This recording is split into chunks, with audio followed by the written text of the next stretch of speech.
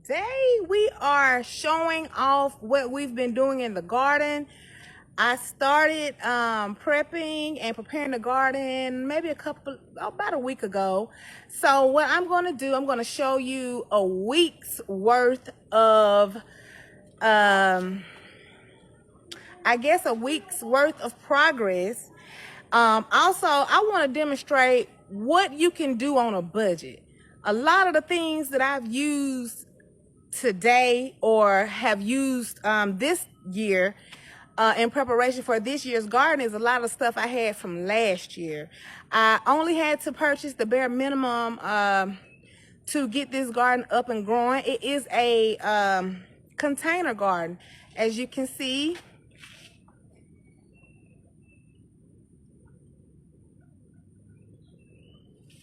This year's container gardening, we use swimming pools to help us facilitate that by using them to mix up soil to hold or house compost, waste like those tree branches over there. They just really came in handy. And also this swimming pool over here at the end, that's an actual bed. It is prepared for watermelons and cantaloupe, or maybe okra. I haven't decided yet because my okra container right here, this square blue box, as you can see, my okra is coming in, but I think that's going to be too tight of a space. So I'm thinking about transplanting it over there to the swimming pool. Either way, we got some good progress. As you can see, the corn in this brown tub here, this brown container, it's coming in very nicely. Let's see. Let me see if I can turn the camera around. Okay, we're back. I had to turn the camera around for you to see so I can show you the progress better. But this is the bed of corn.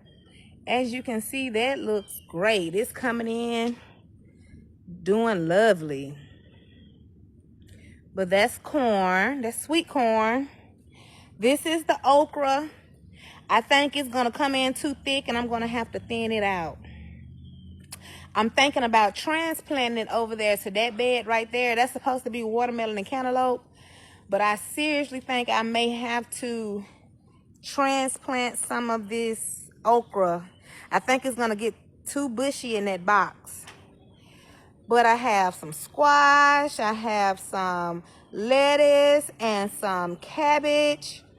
I also have lavender growing. I have citronella and lemongrass. I also have several pepper plants. And then I have this cherry tomato bush that's coming in. This is greens. We got turnip greens in this box. We got spinach and onions, and we have tomatoes, and we also have squash over here. Over here in these boxes, and as you can see, you see these boxes, these containers. These are old totes that my children had, but you see they came in handy. I can do anything with them. They might be raggedy and toe up, but guess what? I got a box full of turnip greens in this raggedy toe up tote that's gonna grow and do just fine in this raggedy toe up tote. I mean, I could, you know, like push it in and stuff like that, but hey, it'll be all right. As y'all can see, those are my beds from last year. I'm going to just leave them right there. I'm not going to disturb the ground this year. I'm going to use containers, but I do have some garlic over here that I planted in the fall that is, I don't think it's quite ready. I'll go over there after a while and check it out. But I got beans coming in real good over here in this container. We are looking for a very hearty, healthy, bountiful harvest this year. Again, you see, well, I had some turnip greens to bolt and go to seeds. I had some collard greens to bolt and go to seed. That's all right. We'll get those seeds and we'll plant them. But like I said, beans, turnip greens, we got squash and tomatoes, onions and spinach, more turnip greens. We got a beefsteak tomato plant back there. Then we got this little cherry tomato plant. Then we got all of these good peppers, about 1, 2, 3, 4 pepper plants and lemongrass and citronella. We got our corn bed that's coming in quite lovely.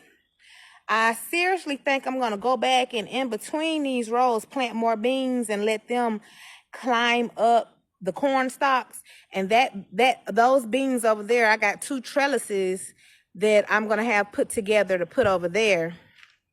But okra and cabbage and lettuce, squash, and I done forgot what this other bucket is. And then that's a compost bin. That's twigs and leaves and stuff, cut down branches. We're going to use that.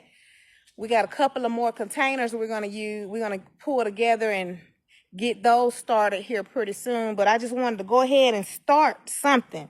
And I think I got a good head start. This is a container of rainwater.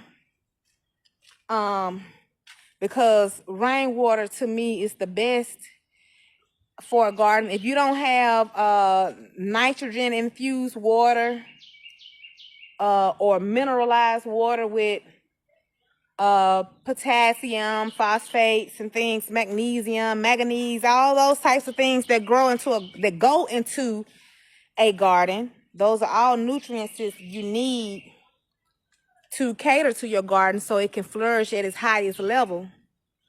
But if you don't have any water with those type things infused in it, then rainwater is always a good go-to.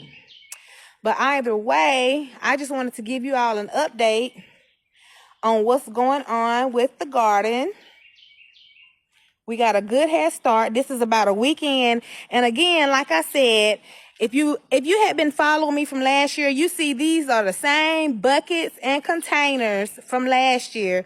The only thing is new that this is an old container I used to use. It broke. There's the top for it.